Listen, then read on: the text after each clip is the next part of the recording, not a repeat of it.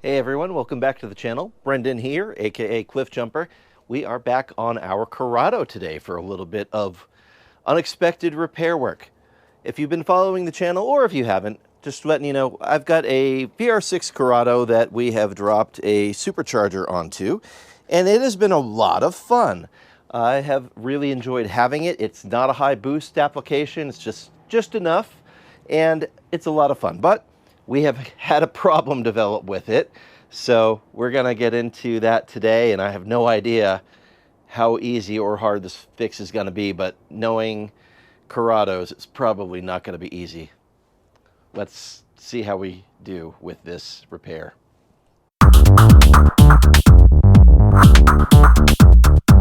Yes, indeed. So what has happened is I came out and I was letting the car warm up, and I noticed the supercharger was wobbling around, which is unusual. It should not do that.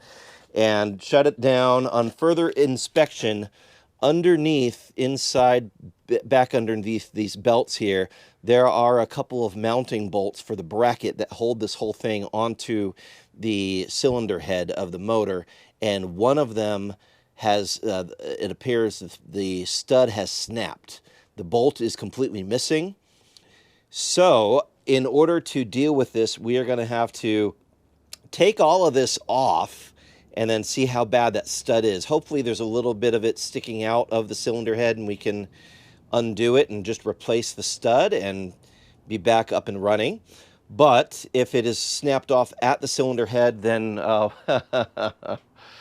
anybody who's ever had to replace a broken stud that is broken off in the motor before knows what a delight that is. So we might be in for some work.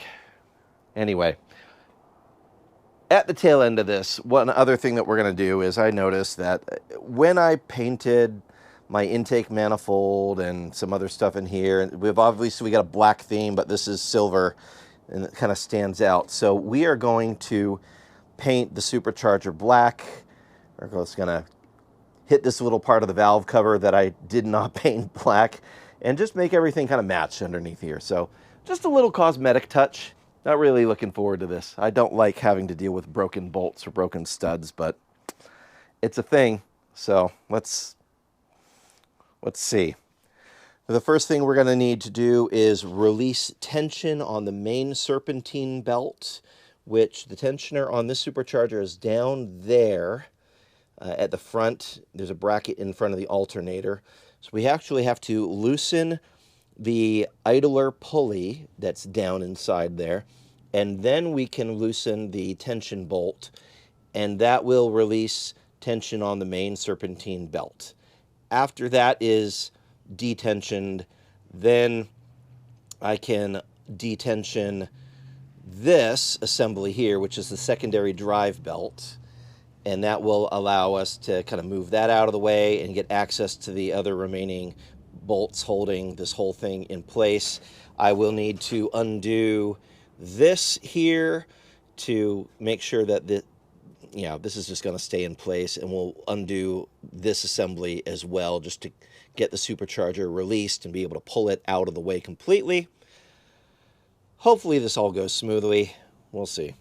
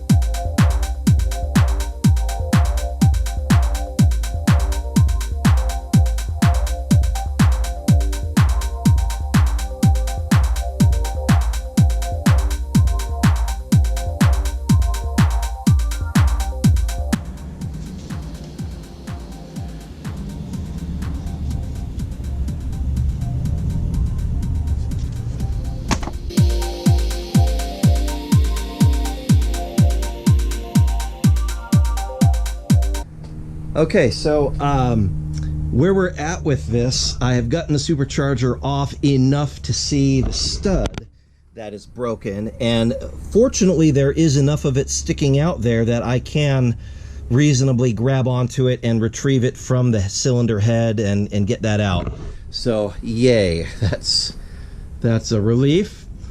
I do need to finish getting the supercharger out of here. It is a very, very tight fit, so in order to make this happen, I either need to finish disconnecting the elbow and remove the elbow here and then be able to slide this whole thing out of place. I've been trying to manipulate this to see if I can just get the supercharger assembly out without disconnecting the entire mass airflow sensor elbow.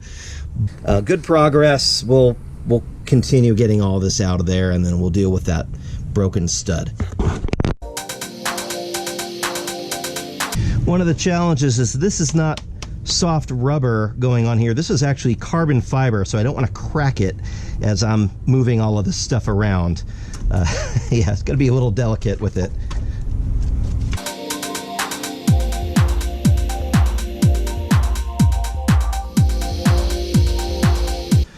So now I've got this loose, I think what I'm probably gonna have to do is actually jack the car up, drop this out from underneath to move this forward, and then have clearance. So yeah, not a straightforward, very easy thing to do. We'll get it done. 20 minutes later. So I did jack the car up, dropped the functional air scoop that actually goes to this intake, and as you can see, this filter's pretty gross, pretty done. Yeah, it's squished and damaged, and I think this one's probably one that came from my original G60. So this is about 30 years old. I think it's time for a replacement. We're gonna go ahead, swap this out for another one and start over. And by the way, for any of the Supercharged VR6 folks, one of the keys to making your Supercharged VR6 run properly when you are at part throttle and idle is, when I pull this off, you'll see there's an airflow straightener right before the mass airflow sensor and right after it, so that really helps. Normally you want about 4 to 6 inches of straight pipe right before your mass airflow sensor to make sure that there isn't any turbulence that is going to affect this. But the airflow straightener helps out. It's just a little honeycomb filter thing that goes in there, and that does the job. One before, one after it, and distanced from the intake charger, intake of the charger itself. So this is all the way down inside my fender on the Corrado, and we'll clean all this out and put in a new filter and a pre-filter. Yeah, this is even falling apart right here at the edge, so pretty much done. Yep, time for a new one. And with that out of the way though, let's see here.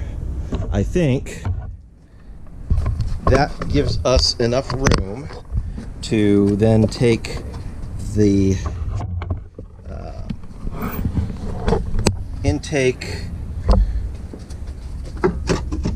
elbow out of here. I think I can maneuver that down. Yep. Get that down and out of the way. Set that off to the side. So that's out of the way, and now the supercharger's free. Yay! Okay, I'm gonna paint this. We're gonna paint it black. Everything is nice, working well. I'll change the oil on this as long as I have it out, and as you might have noticed, this belt is done, so I'll be putting on a new drive belt for it as well. The serpentine belt's fine. I checked the condition of that. That's looking okay. So we'll just clean stuff up while we're in here.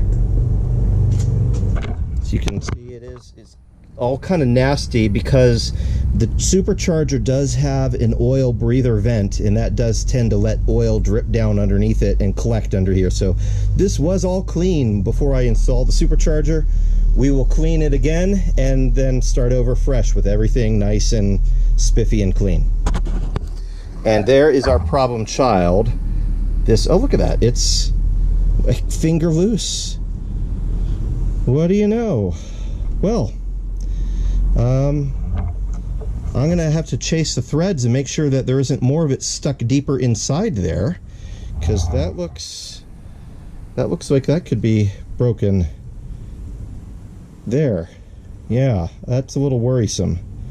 So we'll check this out. Hopefully there isn't more stud stuck deep in there. If it is, then we are in for drilling and tapping. Oh boy.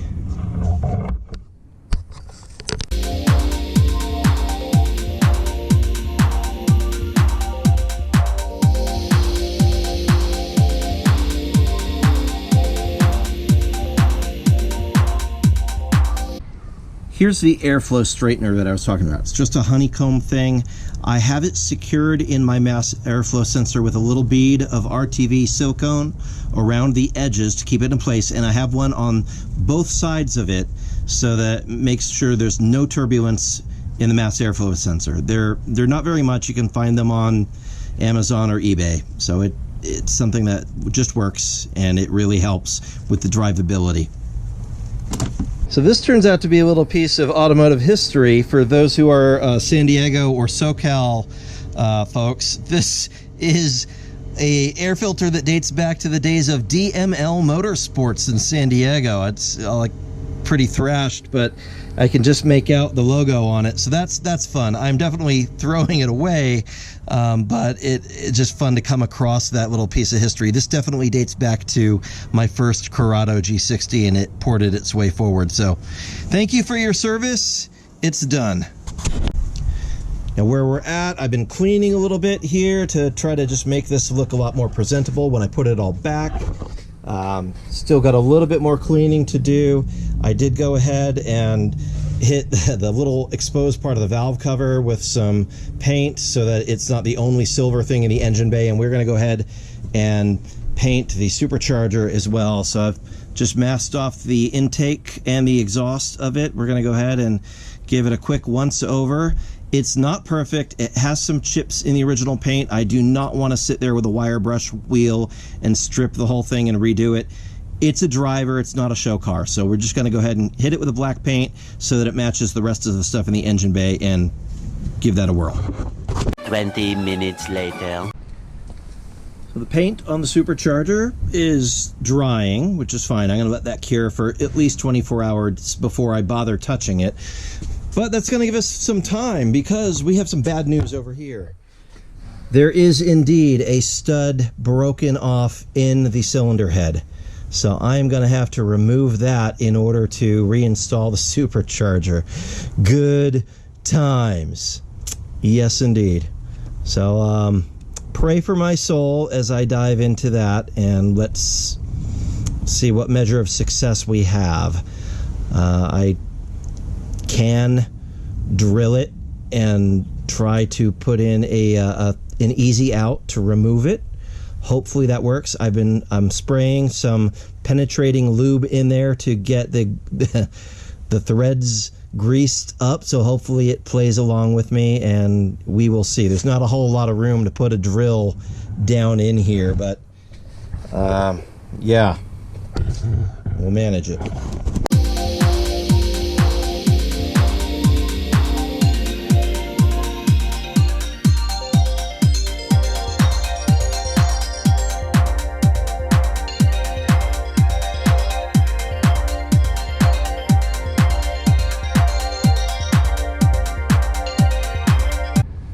So now we're going to use one of these bolt extractors now that we've drilled the hole. You hammer this in just a little bit to the hole you've made, and then you can use a tool to extract theoretically. So let's give this a shot. It's a little awkward here, but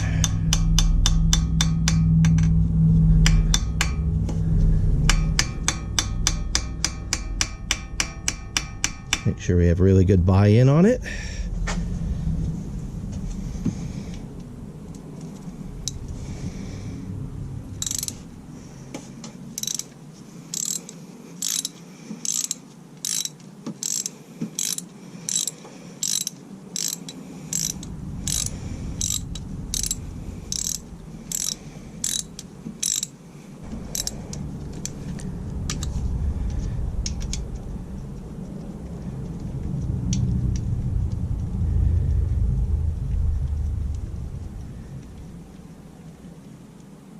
And success, we have it out.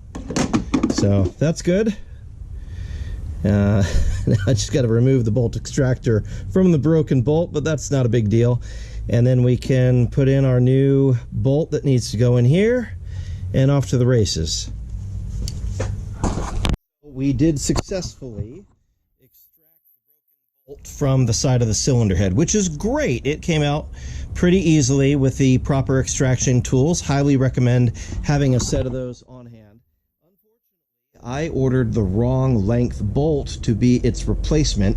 We need a 70mm bolt to go all the way into the head and stick out where it needs to, and I only had a 50mm, and that's going to fall way too short for it to actually bolt the supercharger back on. So fortunately, overnight order. I'll have one tomorrow, and then we will proceed. I also am waiting on supercharger, not the main serpentine belt, but the smaller belt that goes between the two supercharger pulleys there.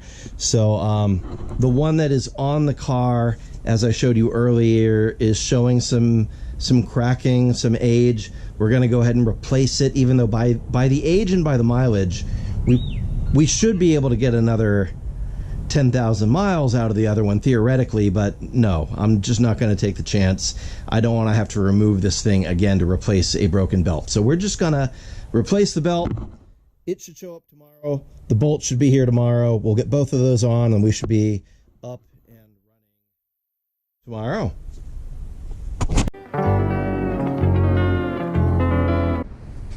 Okay, so here we go. I had to wait a little bit, a couple days, but we now have the proper size bolt stud, that will fit in to that hole in the side of the head properly and allow us to remount the supercharger. And we also have the belt. The belt has shown up. So we got a brand new belt for the supercharger drive system. This is unique to the Z Engineering charger. They use this system instead of planetary gears like a Vortec or a Paxton or many other centrifugal superchargers. So it's a direct drive system, but brand new belt. Interestingly enough, it's really hard to tension unless you actually install this and you have this mounted on a bracket, and then you can use this rotating cam kind of system to get it up to proper tension and lock it in place. So that will happen after I have the charger mounted here in the car.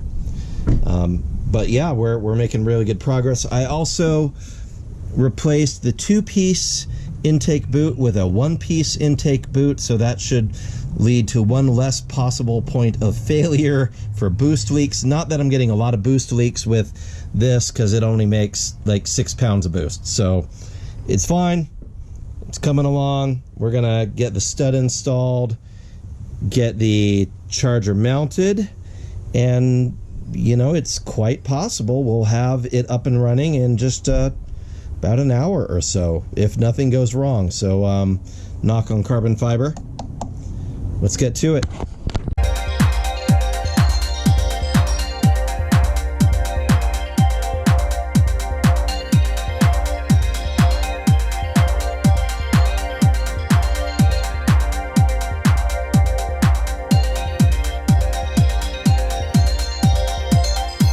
Before we mount the supercharger, I actually want to make sure that I fill the oil in here.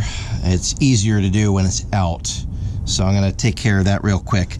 Right there's a little oil fill, so you remove that Allen plug, you fill the oil with a syringe from the side there, and then plug it up, and that's it.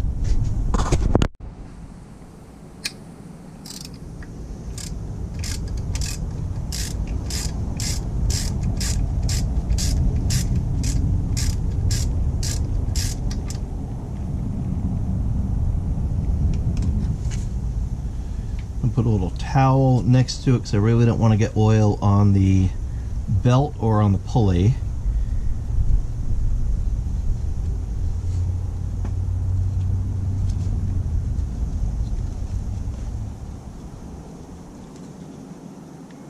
And the only way to know that it's full is, well, it starts dribbling oil out. And the trick is you only want it to be full at this orientation sideways. So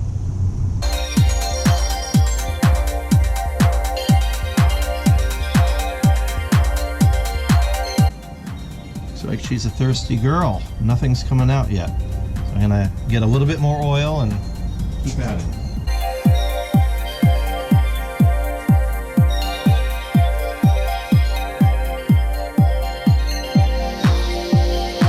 I did drain the oil when I removed this, so it's getting all fresh synthetic oil.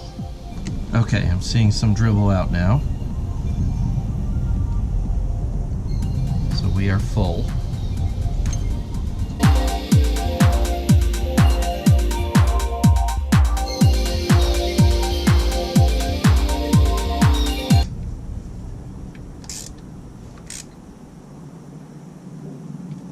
That does not need to be very tight at all, just in. So we've got to get the two studs lined up on the bottom bracket for that to fit in place like so, and then this will come over the supercharger pulley. But before I do everything up, we also have to get the upper part of the intake assembly attached to that, and that is some interesting finagling getting that in there. So I've been keeping it attached so that it doesn't constrict, it stays nice and stretched out.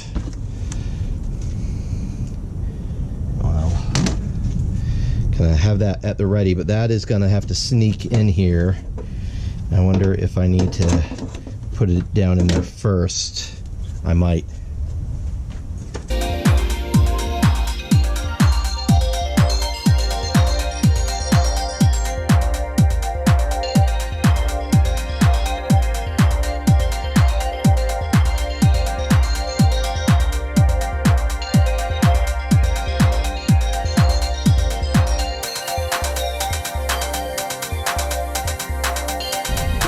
I'm not going to tighten this yet because I still have to, I still have to orient the supercharger a little bit. There's some wiggle room on the bracket so that it will fit nicely with the intake boot. So I got to get that massaged in place first, and then as soon as I do that, then I can make sure that this fits, because it's supposed to not be bumping against the upper part of the hood like it has been. It will make some contact, but I want to make sure it's not like punching a hole in the hood. So I gotta orient it, and then I can bolt it in place, snug it in, then I can do the tension, and then I'll start worrying about the plumbing underneath of this part and the other things that connect to it.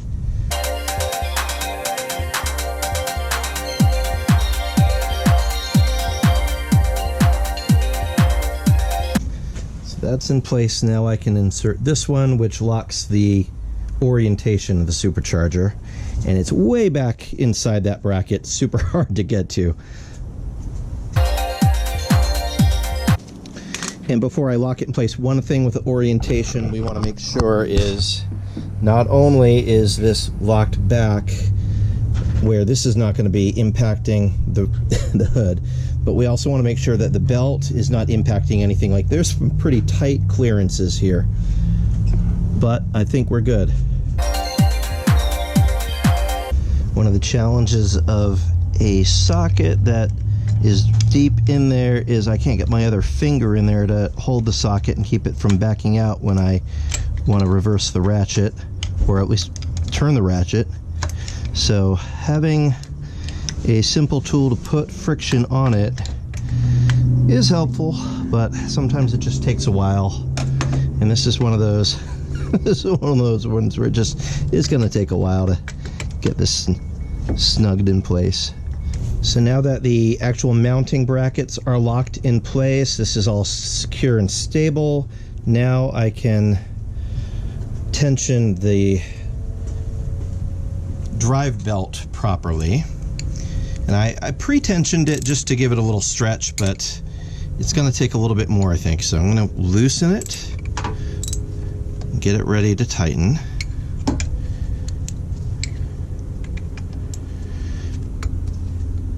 insert a tool into here. I can put leverage on it and then tighten this bolt in place. Now the idea is you should be able to turn it about 30 degrees, which is what we can do. That should be good. Now we have to tension the main serpentine belt using that tensioner pulley way down there, and go through and reconnect a bunch of stuff, such as this right here needs to plug onto there, and yeah. And we also, well, even before I do that, I need to make sure that this is actually connected properly to the rest of the intake, which is going to pop up from underneath. Okay, so if you recall, the tensioner bolt is way down there on the front leading edge of where the alternator bracket is there. So I got to tighten that, and then I can tighten down the actual pulley itself to lock it in place once we've got the main serpentine belt at its tension, and then we should be okay. Yeah, and then we'll install the mass airflow sensor and the intake pipe. It has to come up underneath through the fender up to connect to the supercharger at this housing point here. So I have added a little bit of trim around this hole to keep it from cutting into the metal of the actual intake pipe here. As you can see, it rubs a little bit, so that should help with some protection, and we should be up and running. I've got a couple more things to tighten afterwards, but we're like 99% there, so let's get to it.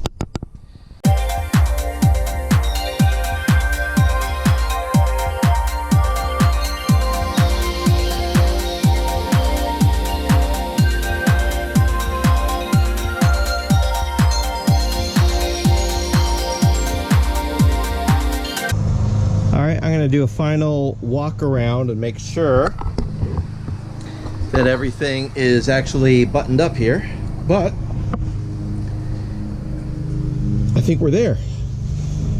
And just go through the whole system, make sure I've actually tightened everything, buttoned everything up, and we should be good to fire it up and just do a quick test run. So the mass airflow sensor is connected, filter is in place. I can tighten that back up there. That will secure the intake tract, so I'll go ahead and do that.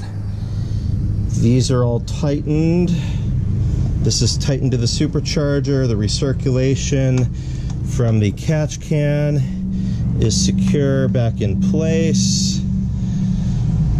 The intake track is tightened.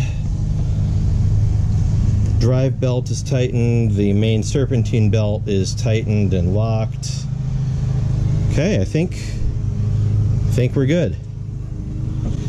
Let's take care of that and we'll fire it up.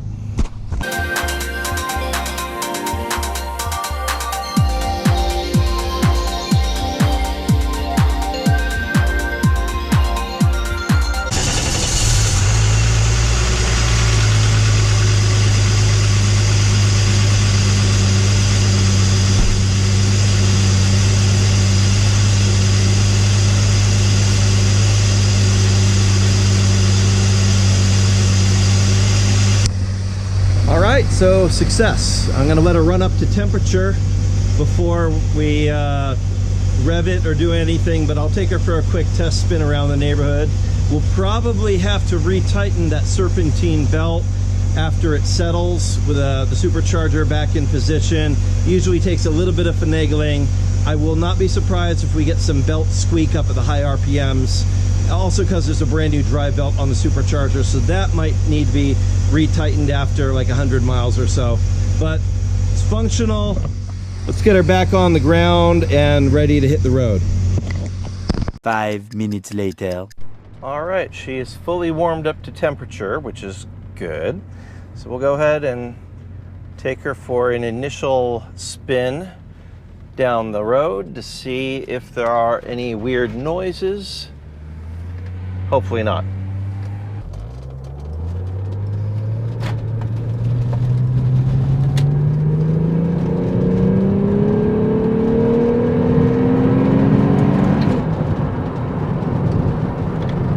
Okay.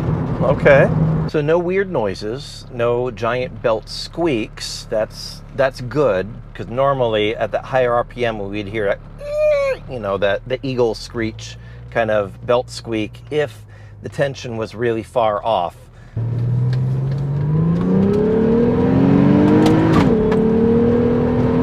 Yeah, we have boost.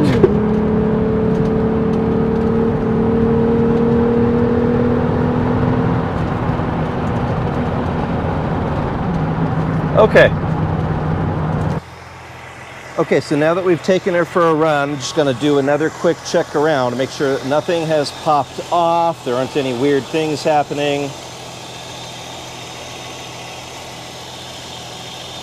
No weird noises.